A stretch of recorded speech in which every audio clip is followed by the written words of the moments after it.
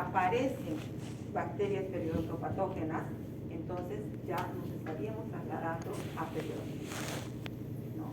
Ya nos estaríamos trasladando a una enfermedad más grave aún, como la periodontitis. También importa la susceptibilidad que pueda tener el hospedero, las características del hospedero, ¿no? Su sistema inmune, su reacción inmune. Entonces, una reacción equilibrada ante una patología como la gingivitis, tal vez me mantenga en gingivitis, pero una reacción exagerada del sistema inmune, entonces no me va a mantener en gingivitis, sino me va a llevar a periodontitis, porque mi sistema inmune no va a considerar que estas células que están inflamadas pudieran recuperarse, y si no, las va a tratar como cuerpos extraños y las va a querer eliminar. Y entonces va a empezar a necrosar estas células infectadas y va a producirse la pérdida de hueso, la pérdida de tejido gingival, ¿no? Entonces, de esa manera es que funciona esta situación. Doctora, disculpe, o sea, el sistema inmune no es que esté debilitado, sino que al contrario, por defendernos es que va a ocurrir la periodontitis. Es que puede tratarse de dos situaciones, ¿no? Una, que nuestro sistema inmune esté debilitado y no sea capaz de responder a la agresión. Y otra es que mi sistema inmune no reconozca que algunas células pueden recuperarse y las ataca, ¿no es cierto? Es una reacción exagerada de mi sistema inmune. ¿Listo? Ya, entonces son dos situaciones. Hay enfermedades en las que el sistema inmune está debilitado, SIDA.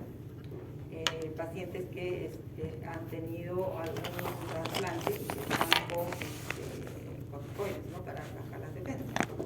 Entonces, en esas situaciones, o simple y sencillamente enfermedades por las que acabamos de pasar, un resfriado que me baja el sistema inmune y entonces no es capaz de responder ante una anoxia, ¿ya? Entonces, son situaciones que a cualquiera le puede dar, no solo a los que tienen enfermedades sistémicas de consideración, ¿no? Este es el último modelo que nos presenta la clasificación del 2017-2018, ¿no? Entonces, en este modelo nos explica cómo es que la enfermedad periodontal se presenta. Desde una condición de salud donde los factores de riesgo ambientales están ausentes, donde hay una promoción de la salud, hay simbiosis, hay homeostasia, ¿no? Entre el biofilm y las condiciones de salud, donde hay una respuesta proporcional del sistema inmune, ¿no? Entonces, hay polimorfos nucleares. Les he indicado que en el líquido crevicular, en el líquido gingival, se deja ver una pequeña cantidad de polimorfos nucleares, ¿no? Normalmente, pero cuando ya va incrementándose la patología, la cantidad de polimorfos nucleares que vamos a encontrar en el líquido crevicular aumenta bastante, ¿no? Entonces, hay una resolución de una inflamación aguda, una resolución rápida de la pequeña inflamación que haya, porque además hay una baja cantidad de biofilm. Hay una muy pequeña cantidad de biofilm, ¿ya? Entonces estamos en condiciones así de salud. Entonces los antígenos que se puedan presentar, el DNA de las bacterias, las metaloproteinasas también son bajas, ¿no? Entonces no hay la cantidad de agresores que nosotros digamos que mi vigilancia inmune va a reaccionar y a generar una inflamación, ¿no? Entonces, la resolución es rápida porque la cantidad de agresores de bacterias es poca, ¿no? Es poca. ¿Listo? Los factores genéticos están ausentes o no son evidentes, están controlados, ¿ya? Pero cuando esto se va perdiendo, ¿no? Cuando esto se va perdiendo, ya va a poder ingresar la gingivitis, ¿no? Entonces, acá ya va a haber una disbiosis incipiente, un desequilibrio, ¿no? Que se va a iniciar acá, ¿no? Entonces, este quorum sensing es la comunicación entre las bacterias. Y vamos a ver cuando lleguemos a biofilm que las bacterias no están separadas, sino que actúan como una comunidad, con organizaciones que se apoyan unas a otras para la supervivencia del biofilm. Entonces, este quorum sensing empieza a generar problemas que va a ser la disbiosis que se va a presentar. Aún tenemos una respuesta proporcional para esta disbiosis. Entonces, se generan anticuerpos, se generan polimorfos nucleares aumentados, ¿no? ¿Ya? Se generan células T y B, los linfocitos, para combatir esta disbiosis incipiente. Una alta cantidad de biomasa, ¿ya? Que produce antígenos, que produce factores de virulencia y lipopolisacáridos, ¿no? Entonces, acá va a haber ya una institución, una inflamación crónica,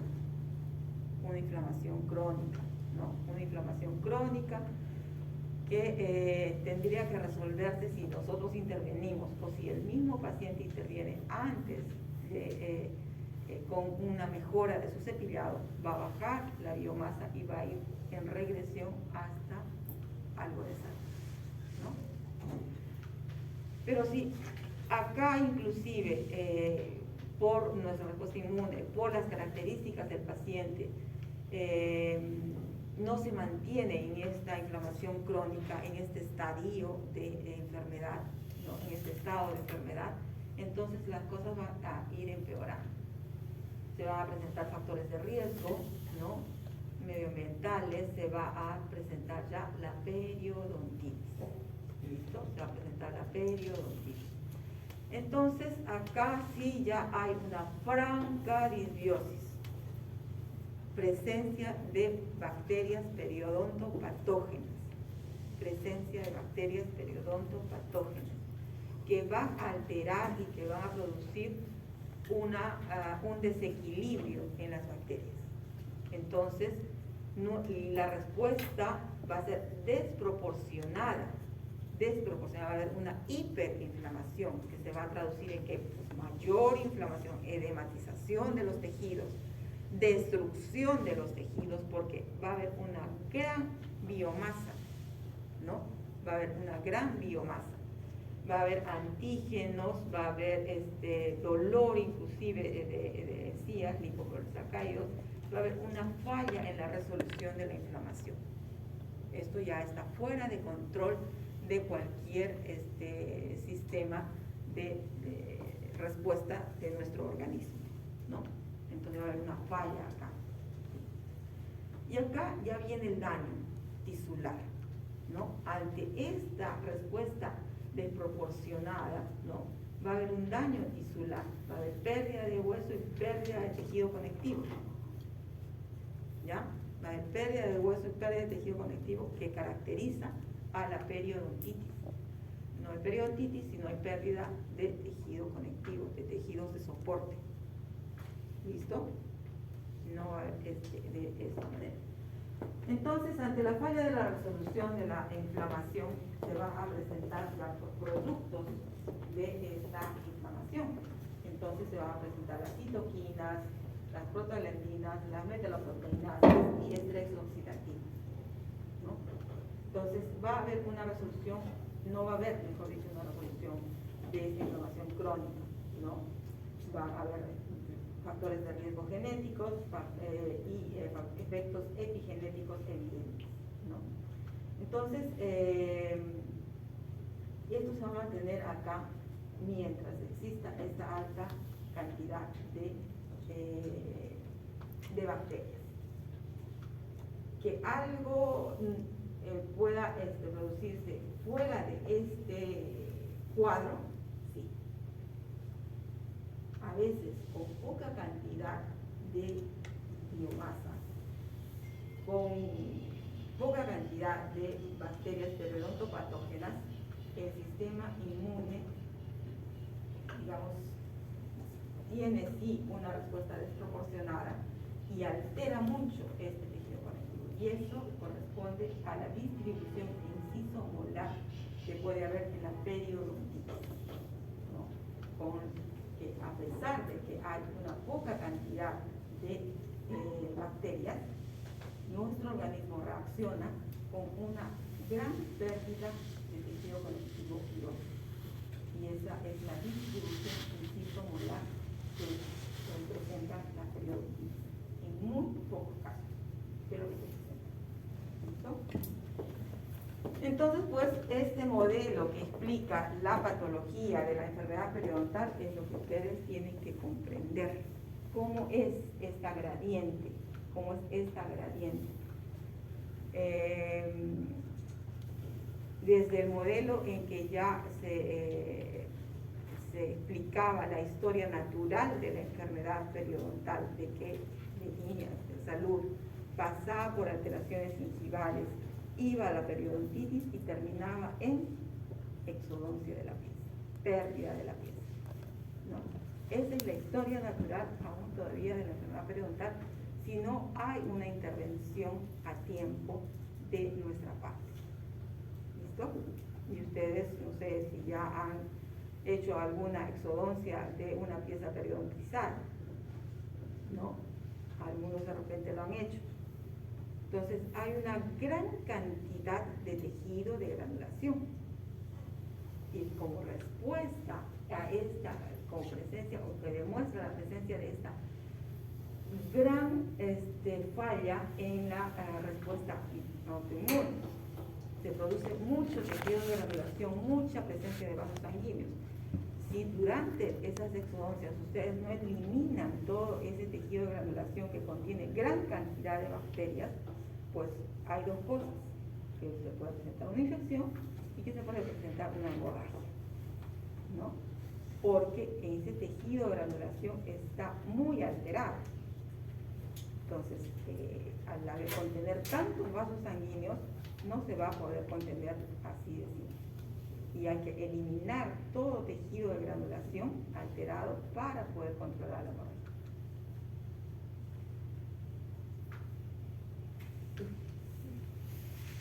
Entonces tenemos que trabajar con eso.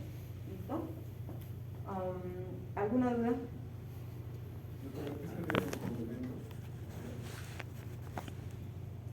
Respuesta de complemento. ¿Dónde? Si esto es genético, que viene de nuestros factores que ya se presentan después del nacimiento.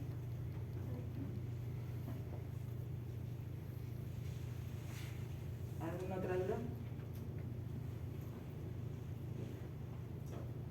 Bien, con todo este modelo, entonces pueden entender que no es fácil un diagnóstico periodontal, que de todos estos factores que están presentes, yo tengo que sacar información de mi paciente.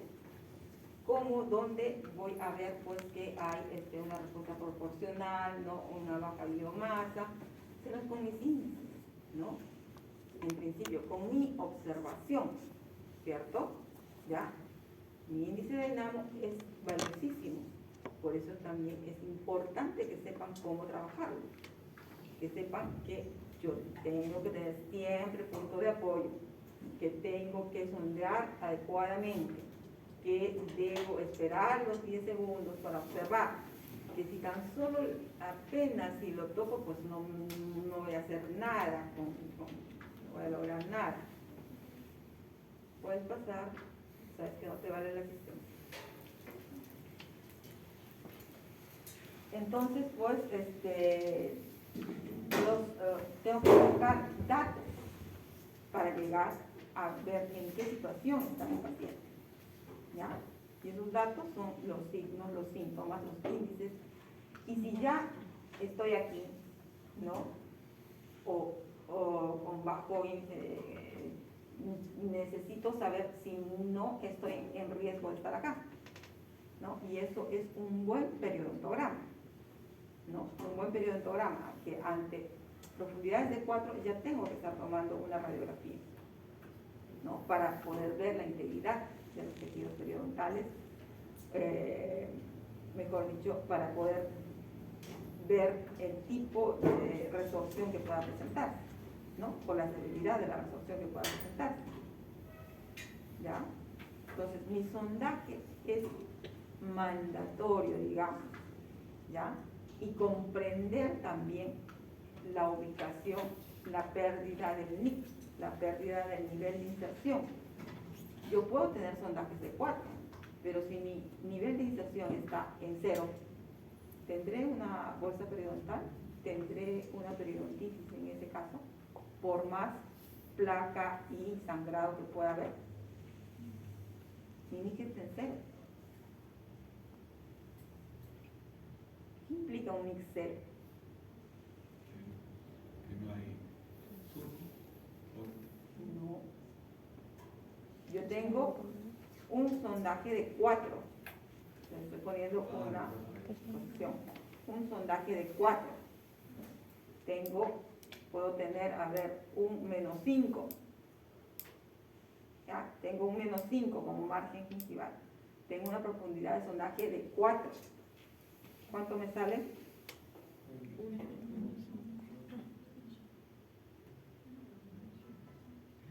No, -5 y 5. Esto ya más. 0, ¿no es cierto? 0.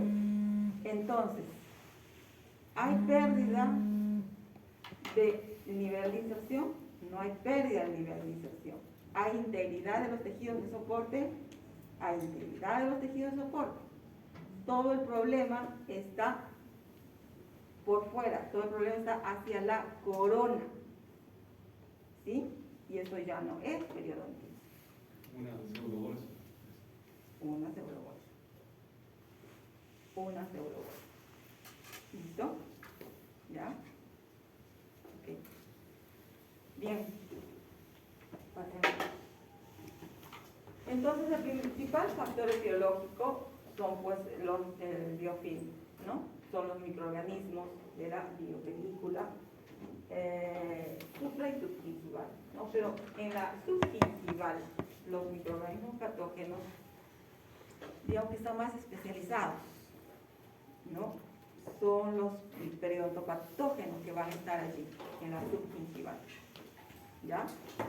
Todo que está supra, todo lo que está por encima, son, digamos, los protectores de los periodontopatógenos. Son los que les van a dar alimento, los que les van a brindar las condiciones medioambientales necesarias para la supervivencia de los periodontopatógenos. ¿Sí? A ver si todos aterrizan acá, por favor, ¿ya? A ver, entonces, esta presencia del biofilm es, digamos que sin biofilm, muchas de las patologías o de las condiciones se van a ver reducidas al mínimo, ¿no? ¿Listo? Entonces, cuando tenemos factores sistémicos, condiciones sistémicas, enfermedades sistémicas, que van a producir sí o sí alteraciones en los tejidos periodontales, el biofilm va a actuar como un factor que va a hacer que esta reacción sea mayor. Ante la presencia del biofilm, la reacción de los tejidos periodontales va a ser mayor. En cambio, si está ausente el biofilm o está controlado el biofilm, entonces esta reacción va a ser mucho menor, a pesar de que sí o sí vaya a haber una reacción de los tejidos periodontales. Ya vamos a ver en qué condiciones son estas, ¿no? Entonces cumple un rol muy importante, ¿no? Y se deben tener factores locales que facilitan su multiplicación, ¿no? Y las influencias sistémicas de las que yo les estoy hablando. ¿Qué factores locales habría? Ya hemos visto un poco en prácticas. ¿Qué factores locales? harían que estas bacterias se acumulen más rápidamente. Apiñamiento, a ver por acá, a ver qué factores locales harían, factores de riesgo habría para relación de biofilm.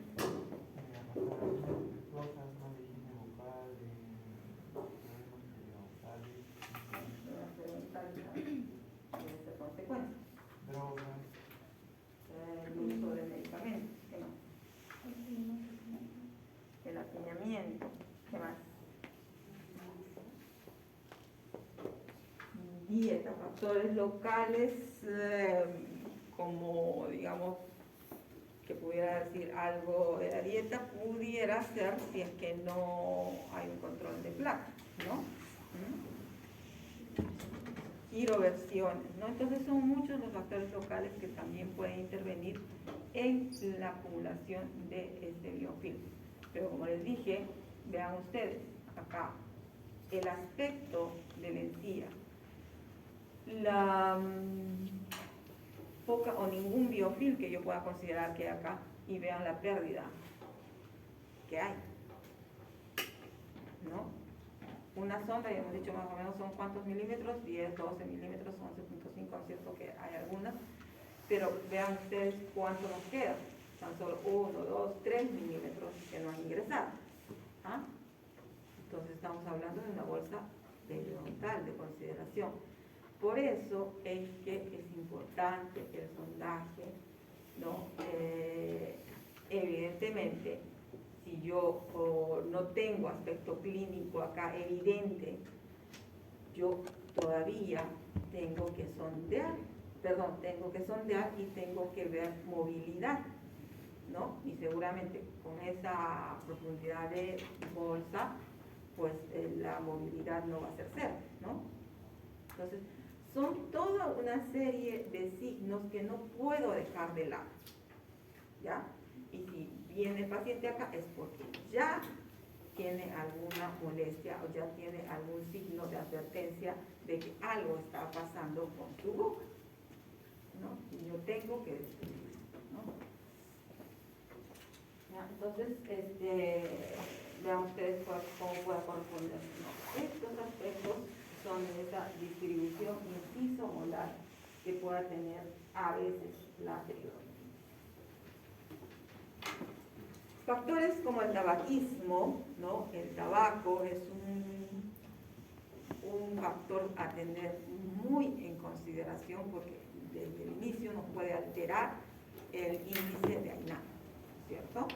Que yo pueda encontrar alteraciones inflamatorias evidentes como un índice de AINAM negativo aparentemente, ¿no? Pero si yo veo la historia, pues consume cigarrillos, ¿no? Entonces ya, eso es un factor que me está alterando y que está haciendo que la enfermedad periodontal sea más severa, ¿no? Que sea más severa. Entonces hay unos tabaquismo y otros factores de índole genética que pueden llegar a ser determinantes en la presentación clínica de los casos de periodontitis o de enfermedad periodontal, ¿no? Entonces, es algo que nosotros tenemos que tener en consideración.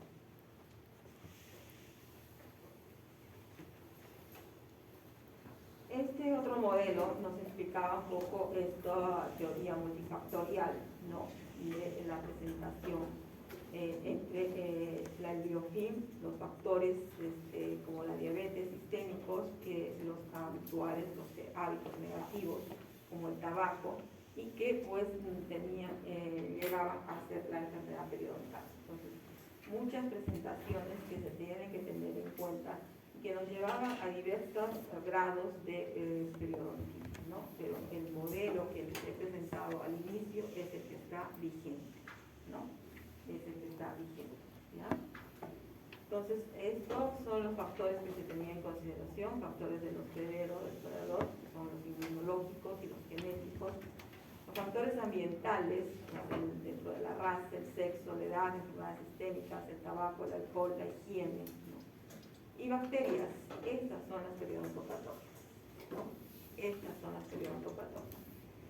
El actinobacilo, actinomyceta comitans, que es el AA, actinobacilo, actinomyceta comitans, ¿ya? La Porphyromonas gingivalis, la Prebotella intermedia y el Fusobacterium nucleatum, ¿ya? Si yo les pregunto cuáles son las bacterias periodontopatógenas, entonces ustedes me tendrán que decir que estas son, ¿ya? Y pues de estos factores, dentro de los estudios que han presentado en la última clasificación que consideramos de 2017, pues nos dan un poco de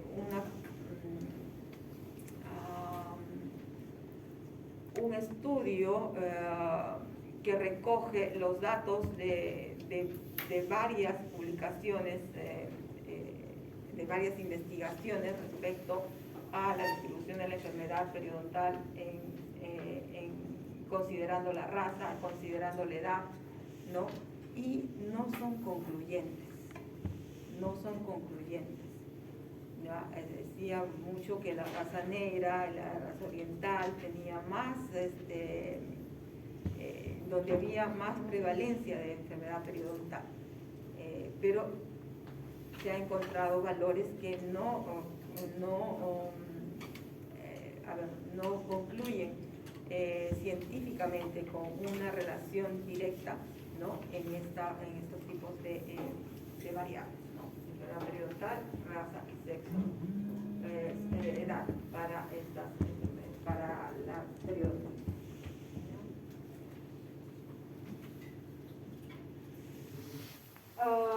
Las bacterias, el biofilm, son las que van a causar destrucción tisular, los que van a activar los diversos componentes del sistema inmune, ¿no? Y el sistema inmune no solo va a tener una función de protección, sino también de defensa.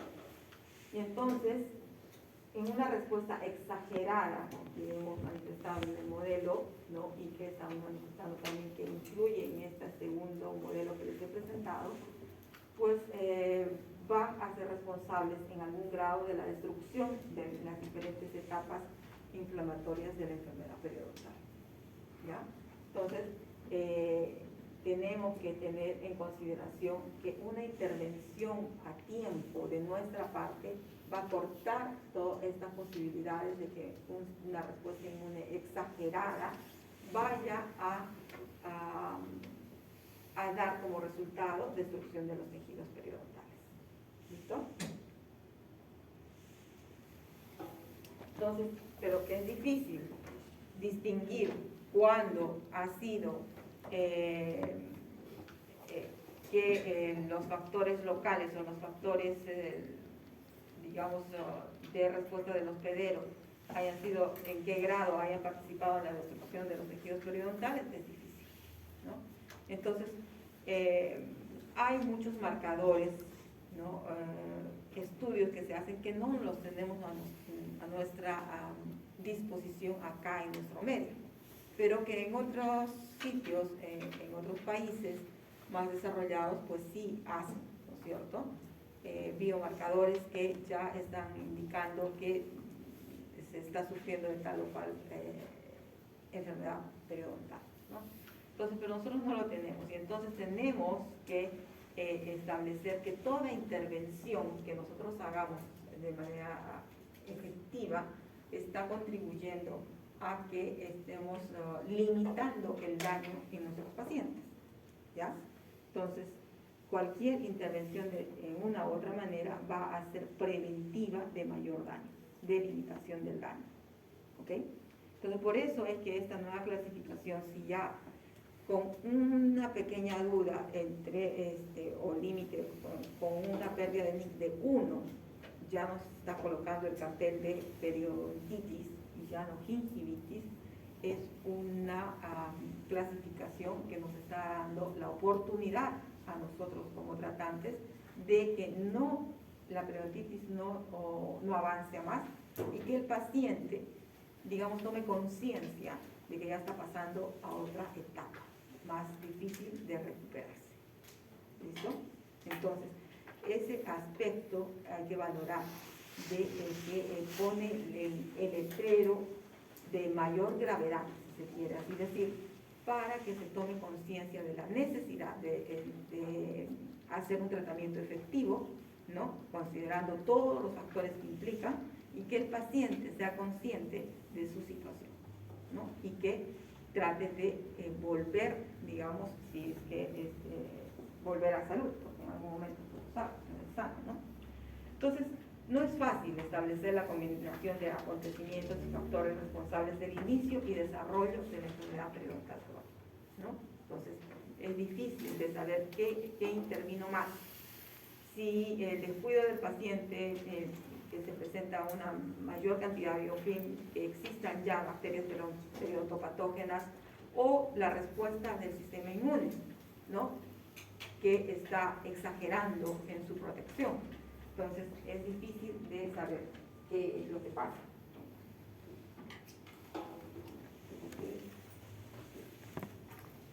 Muy bien.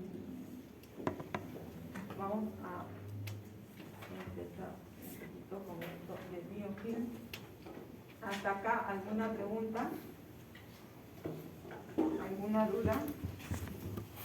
¿Cierto? Sobre las piezas dentarias.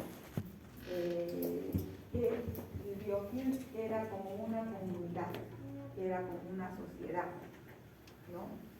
Entonces, ya no es tan solo un conjunto de bacterias que existen en la boca, sino que cuando ya está instalado el biofilm dental, pues estas características propias del biofilm hace que busque su supervivencia, que no sea fácil desorganizarlo o eliminar, ¿no?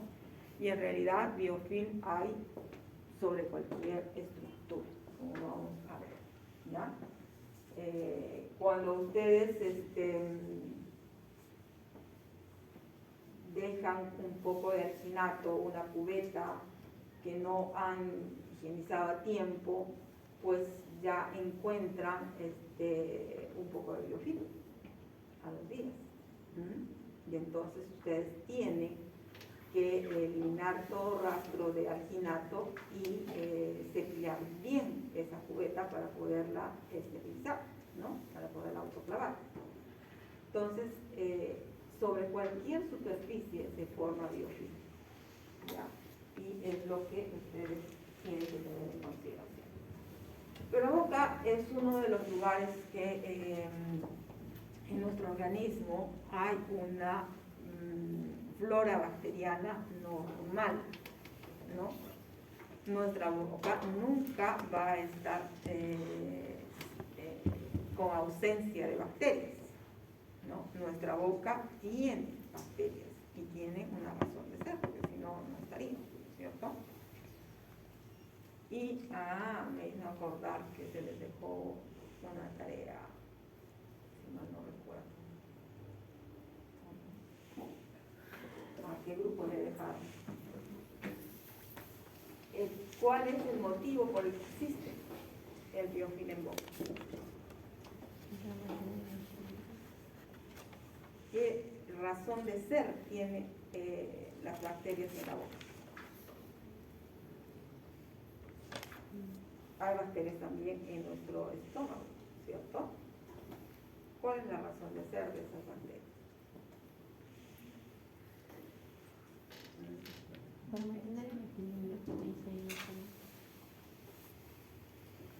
O sea, tienen que estar en equilibrio. Tienen que estar en equilibrio. Como defensa. Creo que era para la protección del diente por los cambios de pH que hay en la boca. Algo así le llaman. En parte, ¿no? En parte. También porque colabora en la primera etapa de la digestión, ¿no es cierto? En la formación del bolo alimenticio. ¿Ya? Entonces, hay más de 500 microorganismos diferentes que en condiciones de salud, en condiciones de homeostasia, se mantiene en equilibrio, ¿no? Se mantiene en equilibrio y va a mantener la salud de este segmento anatómico. En condiciones patológicas ya se van a encontrar mayor cantidad de bacterias que en la mayoría de los casos son oportunistas, ¿no? Son facultativamente patógenas, oportunistas. Y esto va a ir calcificándose, biofilm va a ir calcificándose en la medida de que existan las condiciones que esto amerite. No toda placa, presencia de placas, es calcificada, ¿no es cierto? Hay biofilm, hay placa bacteriana que es blanca, ¿no? Como hemos visto. Esta está calcificada, ¿cierto? Esta está calcificada. Quiere decir que hay condiciones bucales que están llevando a que se calcifique y que no permanezca en estado blando. ¿Ya? Entonces, ¿cuáles son esas condiciones? Ya veremos, ¿no? Entonces, se está formando continuamente, ¿no? Tiene potencial patógeno y su presencia está asociada a la formación de caries y enfermedad periodontal. ¿Ya? Entonces, si una persona dejase de higienizarse o su higiene es mala, a pesar de que sea algo de higiene, es mala, entonces tendrá como consecuencia, en la gran mayoría de los casos, caries o enfermedad periodontal. Eso va a depender de qué. Va a depender del pH, va a depender de la estructura del diente, ¿no? Va a depender de la condición de sus tejidos periodontales, ¿no? Va a depender de cuál es el tejido más susceptible, por último, ¿no? Entonces, ante un pH ácido, ¿qué se va a formar? ¿Qué enfermedad? Caries. Y con un pH básico se va a formar la placa, se va a calcificar la placa, se va a calcificar la placa, ¿no? Generando posiblemente periodontitis, ¿no? O gingivitis, enfermedad periodontal. El biofilm a veces es difícil evidenciarlo para los pacientes, ¿no? Espero que no para ustedes, ¿no? Que a pesar de no usar los reveladores de placa, ustedes sí puedan distinguir de que existe, de que hay biofilm en boca, ¿no? Entonces, pues, los reveladores nos van a evidenciar la presencia del biofilm. Y para los pacientes que no controlan muy bien su placa, esto es muy necesario, ¿cierto? ¿Ya? Esto es muy necesario, ¿ok? Entonces, el revelador de placa nos va a ayudar a identificar la presencia de placa. Recordemos que el índice de higiene oral que nosotros utilizamos revela la presencia y no la cantidad de placa. ¿Ya? También tiene un cierto aspecto preventivo, porque a pesar de que sea poquita la placa, ya le estamos diciendo te estás descuidando en tal zona, ¿no? ¿Ya? No porque ya esté muy arriba la placa, recién le vamos a decir, ¿sabes qué? ¿No? No así, ¿no es cierto? Obviamente. Entonces, las bacterias que se encuentran en la saliva, libres en la saliva, ¿no? Están consideradas como bacterias planctónicas, bacterias que flotan en una fase líquida, eso es planctónico, ¿ya? Bacterias que flotan en una fase líquida, en este caso la saliva. Y las bacterias que se encuentran en una superficie dura, dientes, restauraciones, ¿no es cierto?, prótesis, implantes, van a formar una película gelatinosa, ¿ya? Muy adhesiva, muy adherente. Y esa es la placa dental, ¿ya? Esa es la placa bacteriana dental, biofilm dental, como lo conocemos ahora, ¿no? Y el color del biofilm a veces es muy parecido al del esmalte, ¿no? Y eso va a evitar que lo podamos identificar. Entonces los reveladores de placa, como este rojo de eritrocina, entonces nos van a permitir visualizar que existe esta placa, como digo, sobre todo como ayuda para los pacientes, ¿no? Y esto va a facilitar que nosotros podamos tratar de eliminarlos mecánicamente a través de cepillar, ¿listo? No hay forma de controlar biofilm si no es con el cepillado. No hay forma que el uso de colutorios me ayude a tener una buena higiene. O sea, que solo el uso de colutorios me permitirá tener una buena higiene. Que yo me cepille 2 segundos y use colutorio no me hace que tenga buena higiene. ¿Ya? No hace que tenga buena higiene. ¿Listo? Por más antibacterial, que dicen que arrasa el 99% de bacterias, qué sé yo. ¿No? ¿Ya? Entonces, no es posible. No es real. ¿No? Entonces, el inicio de la aparición de este biofilm puede darse con características descritas, por ejemplo, que nosotros ya nos estamos entrenando para hacer notar que ya hay cambios, ¿cierto? Eso sí les están haciendo ya medio ojito, porque ya a estas alturas tienen que identificar, ¿cierto? Los cambios de color, ¿no? Alteración del festoneado, qué sé yo, ¿no? ¿Ya? Entonces, el biofilm dental resulta ser esta sustancia de aspecto blanco amarillento, compuesta por glicoproteínas salivales, polisacáridos extracelulares, que va a englobar las bacterias, sobre todo gram positivas, al inicio de la aparición del biofilm. Al inicio de la aparición del biofilm. Bacterias, sobre todo gram positivas. ¿Ya? Al inicio. Entonces, el concepto y la apariencia de este biofilm han ido variando a lo largo del tiempo. No les voy a hacer acá una historia del inicio de los tiempos, ¿no? Pero esto ha ido variando de acuerdo a los avances científicos, a cómo se ha podido disponer de microscopios especializados para poder establecer las características del biofilm, ¿no? Antes se tenía que desecar las muestras y eso alteraba completamente la composición del biofilm, ¿no? Entonces, la aparición del microscopio óptico, ¿no? En la historia, Anthony van Leeuwenhoek, en 1683, lo primero que vio, que raspó con su uña, fue su diente. Y eso observó con las lentes que él tenía. Y pues vio estos microbios, ¿no? Estas bacterias. Entonces, observó los restos de comida de sus dientes, ¿no?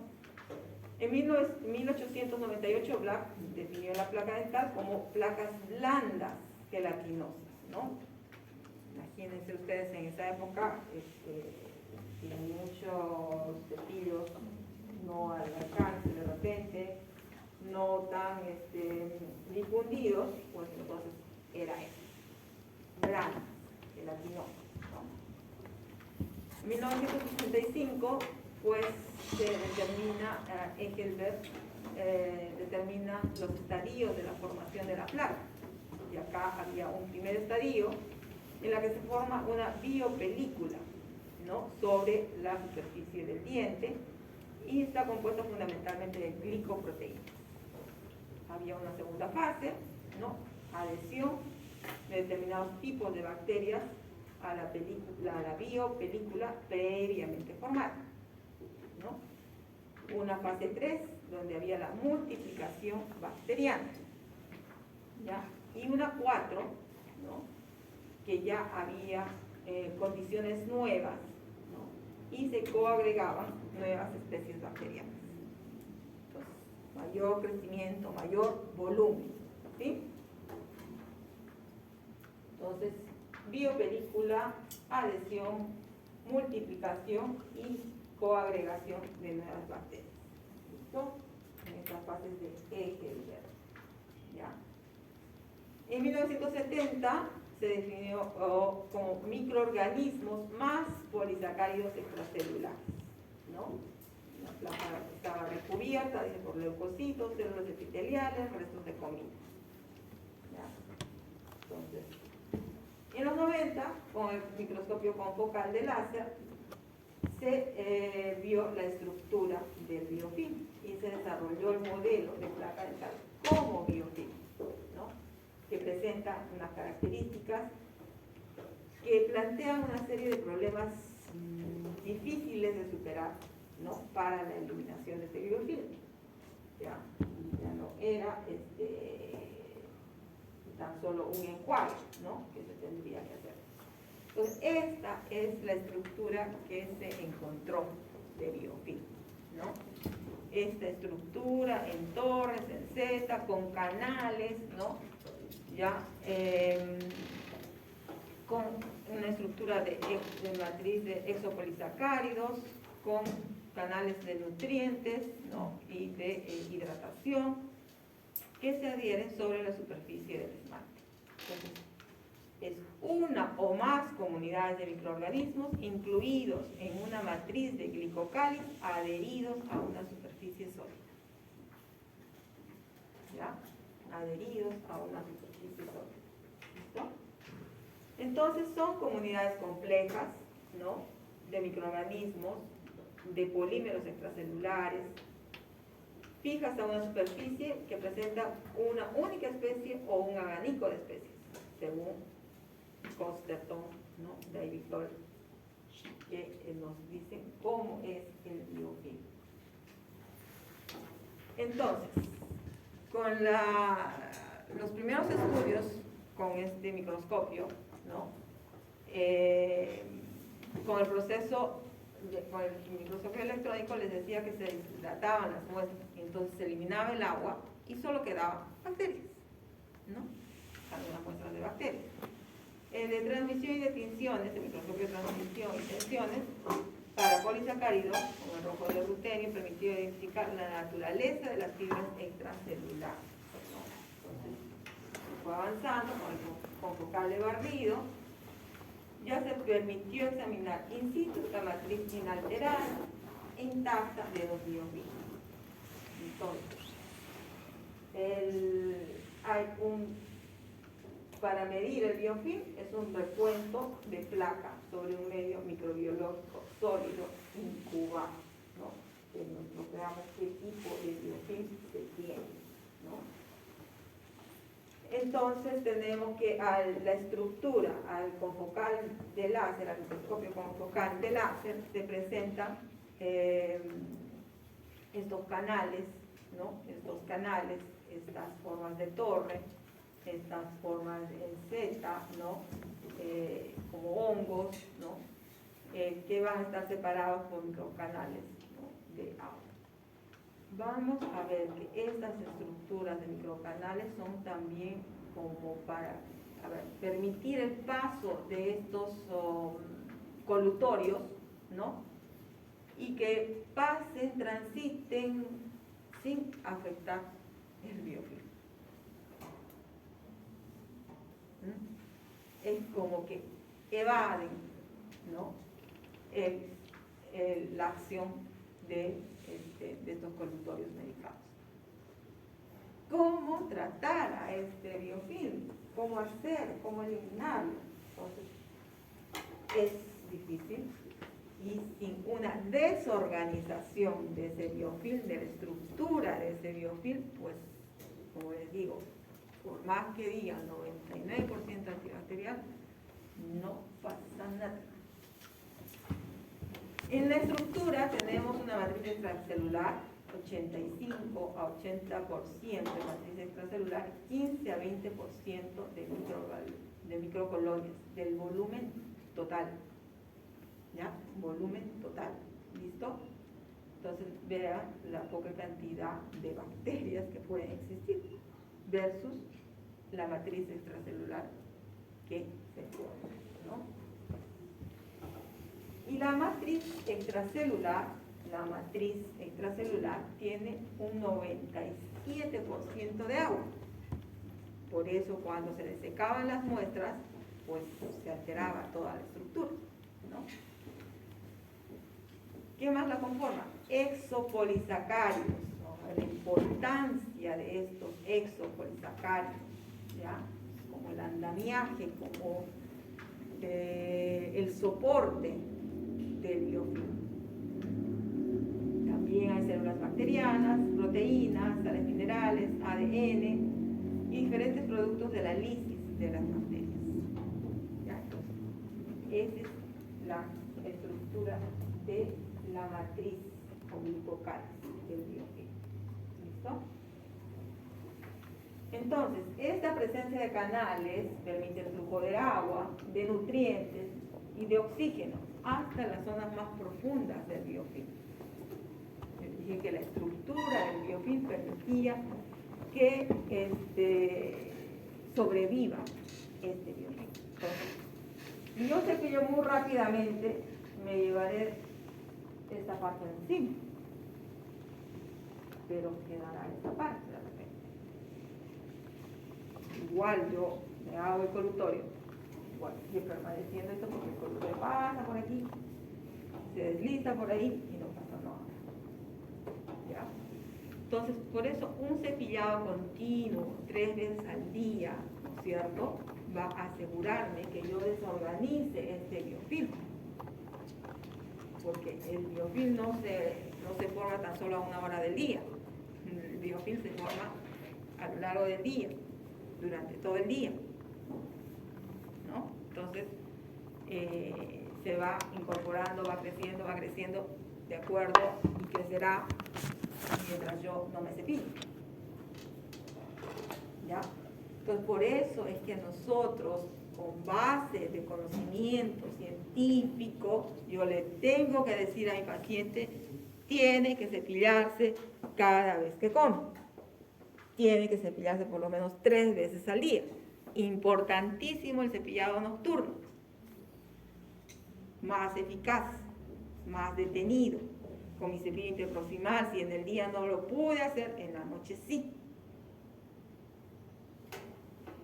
¿No? Entonces es necesario saber esta base para que yo sepa qué decirle a mi paciente. No le voy a explicar todo esto, ¿cierto? ¿Ah? No le voy a explicar todo esto, pero yo sé entonces ya por qué le digo las cosas.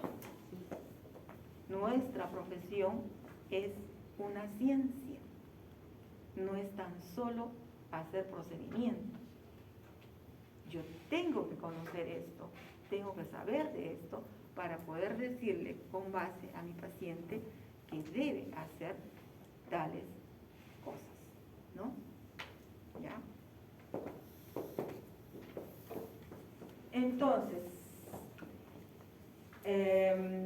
la diferencia entre la concentración de nutrientes, de pH o de oxígeno dentro del biofilm va a favorecer la heterogeneidad del estado fisiológico de las bacterias, entonces, lo cual dificulta su estudio. Que hemos dicho al inicio, las bacterias eran gram positivas. Mientras va creciendo este biofilm, las condiciones del medio van a cambiar, van a variar. Las bacterias periodontopatógenas no requieren tanto oxígeno para vivir. Si hay oxígeno, no va a favorecer su crecimiento. Entonces, esta formación va a asegurar un microambiente para esas bacterias periodontopatógenas y que tengan menos oxígeno que puedan vivir, ¿no? Su vida depende de que haya menos oxígeno.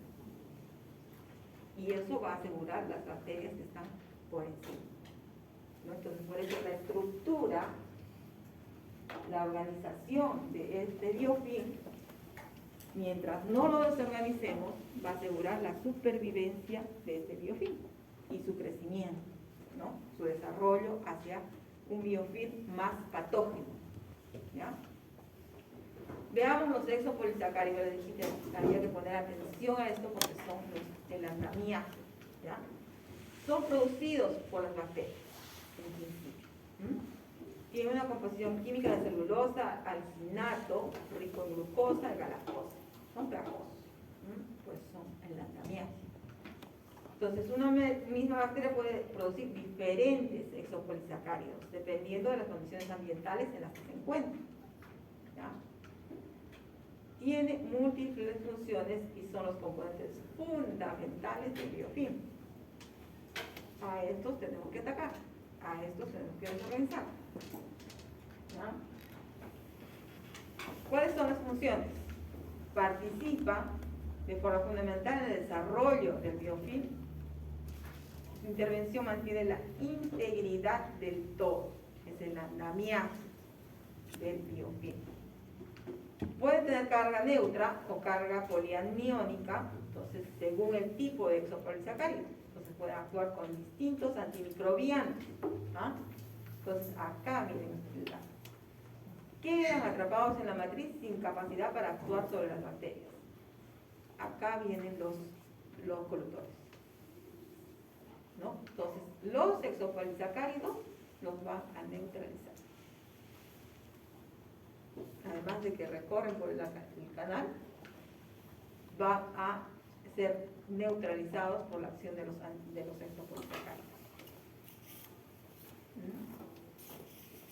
Entonces, ¿el colutorio se tiene que usar? Sí, como complemento, pero nunca va a ser el factor principal del control de la placa. ¿Ya? Producidos por las bacterias pueden actuar como fuente de nutrientes para otras bacterias. ¿Ya? Pueden atrapar otros nutrientes del medio y ofrecerlos a los distintos tipos bacterianos. Entonces, captan y sirven de nutrientes para las bacterias más especializadas. Entonces, esto es una gran ventaja para el desarrollo bacteriano. Entonces, es como su alacena, ¿cierto? Es como su alacena, su comprador de nutrientes. Retira desechos del medio, entonces lo que también va a favorecer el desarrollo bacteriano, es la limpieza. La composición química y la estructura terciaria de los exopolisacáridos determinan la capacidad de adhesión de los mismos, entonces, lo cual favorece la adhesión de las bacterias a la superficie, ¿no? Entonces, son pegajosos, muy cristianos, ¿no? Se adhieren fácilmente a las superficies, es lo que permite la adhesión. ¿Y a través de qué está esta adhesión? Vamos a ver un poquito más adelante. Participan en las funciones de protección de las bacterias, pues van a evitar su desecación, ¿no? Pues, la pérdida o alteración de un determinado polisacárido puede alterar el biofilm o incluso puede provocar la desaparición del mismo. Entonces, este es nuestro objetivo. Este es nuestro objetivo. Poder eliminar, poder controlar, poder limitar la acción de los exopolisacáridos. ¿Listo? ¿Cómo se forma el biofilm? ¿Cómo es que se forma el biofilm?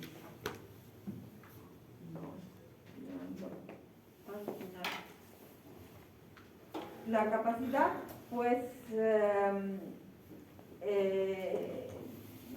no está limitada solo a un grupo de microorganismos, sino que muchas bacterias tienen capacidad de formar biofilm, ¿no?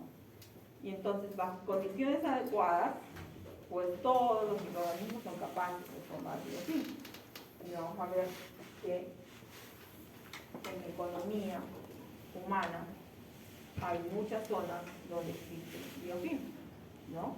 Donde pudiera haber infecciones por biofilm, ¿no? Entonces la boca, ¿no? Pueden ser zonas anatómicas y pueden ser zonas artificiales que también pueden haber.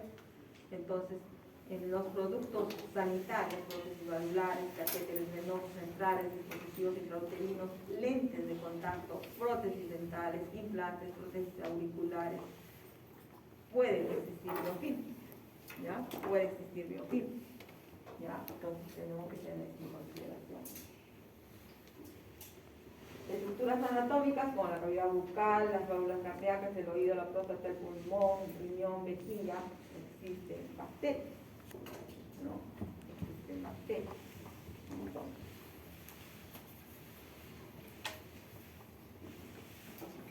y acá nos vamos a quedar con esta idea. Que venimos a hacer.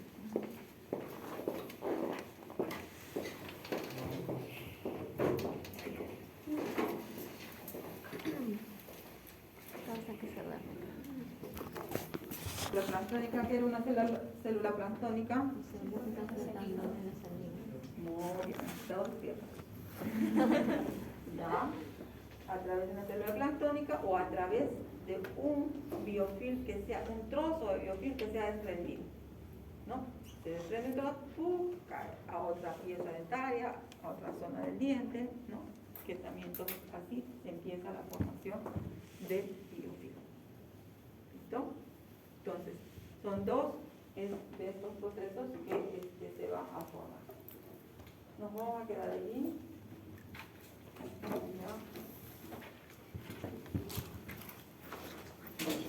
Vamos a terminar.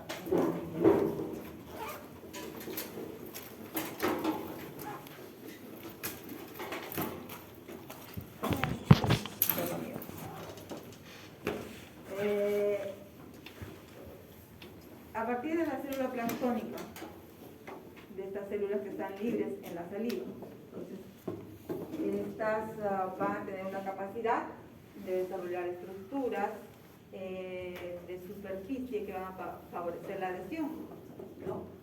Entonces tiene fimbrias, tiene fibrillas, como por ejemplo la Actinomyces naeuflendi, el Streptococcus salivarus, el Parasanguis y el Mitis, ¿no? Tienen estas fimbrias, estas fibrillas que les permite adherirse a la superficie, ¿no?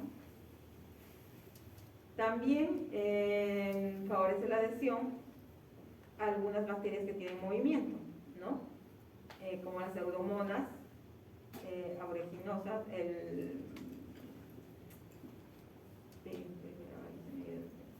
la Escherichia coli, ¿no? ¿Ya? Que pueden, o sea, las pseudomonas fluorescentes, que tienen cierta capacidad de movimiento y que les permiten adherirse a la superficie. Y también que tienen ciertas proteínas en su superficie denominadas adhesivas. Entonces, por cualquiera de estos medios, entonces, estas células que andan libres en la saliva van a poder adherirse y quedar en la superficie de la célula, del diente, ¿no? ¿Qué factores van a favorecer la adhesión? Físicos y químicos, como la rugosidad y la composición química, ¿no? Pero a pesar de que haya una superficie lisa, también se va a poder formar biofilm, pero obvio que la superficie rugosa va a captar más, ¿no es cierto? Una superficie rugosa es más extensa que una superficie lisa, ¿cierto? Esto que tenga así es mucha más superficie si yo le extiendo que esto de acá, ¿cierto? ¿Ya? Una vez que las bacterias están adheridas, se va a producir la expresión de ciertos genes que las diferencian ya de las formas planctónicas. Entonces ya dejan de ser planctónicas para generar un biofilm, ¿no? A partir de otro biofilm, aquí ya vienen con experiencia, digamos. Los biofilms entonces se pueden formar a partir de células sueltas, desprendidas de un biofilm o de partes de otro biofilm. Estas células van a mantener todas las propiedades del biofilm, toda la información de cómo sobrevivir, de cómo organizarse, de cómo comunicarse, de todo. Entonces se vienen con esa data y forman un biofilm. ¿Listo? Se han descrito fenómenos de movimiento del biofilm sobre la superficie en la que se encuentra fijada, ¿no? Entonces, como que migra, se extiende. Hay aspectos ecológicos de la cavidad bucal que van a favorecer, ¿no? La formación, el crecimiento de un biofilm, ¿no? Pero también va a favorecer de repente el crecimiento de hongos, de virus. La temperatura, la humedad, ¿no? El gran acceso a nutrientes que hay en la cavidad bucal, ¿no? Los requerimientos de oxígeno, abre la boca y ya tiene oxígeno, ¿no? Entonces son favorables para el crecimiento bacteriano. Entonces hay condiciones como que, digamos, más o menos ideales para la formación, ¿no? ¿Ya? Entonces, ¿cómo las bacterias del interior del biofilm podrían tener acceso a los nutrientes o al oxígeno? Y eso pues ya hemos visto que la estructura del biofilm puede acceder a eso si es que así lo requieren. También les he dicho que hay bacterias que requieren, al contrario, no tener oxígeno. Entonces va a depender del tipo celular, del tipo de bacteria que esté trabajando para que esto sea posible. ¿Listo? Y estas son las etapas de formación que tenemos ahora, ¿no? ¿Ya? Invasión, colonización, la formación y el crecimiento. ¿Ya? Son las etapas de formación del biofilm. Bien, acá sí nos quedamos. ¿Ya? La próxima entonces, chicos, es el examen por esta y única vez, así lo colocamos. Tienen que acostumbrarse a estudiar con tiempo. Va a haber ocasiones en que todos los días van a tener exámenes, y a veces es así en alguna universidad. Toda una semana de exámenes. No creo que ya se hayan olvidado del colegio, ¿cierto? Tenían una semana de exámenes. Entonces,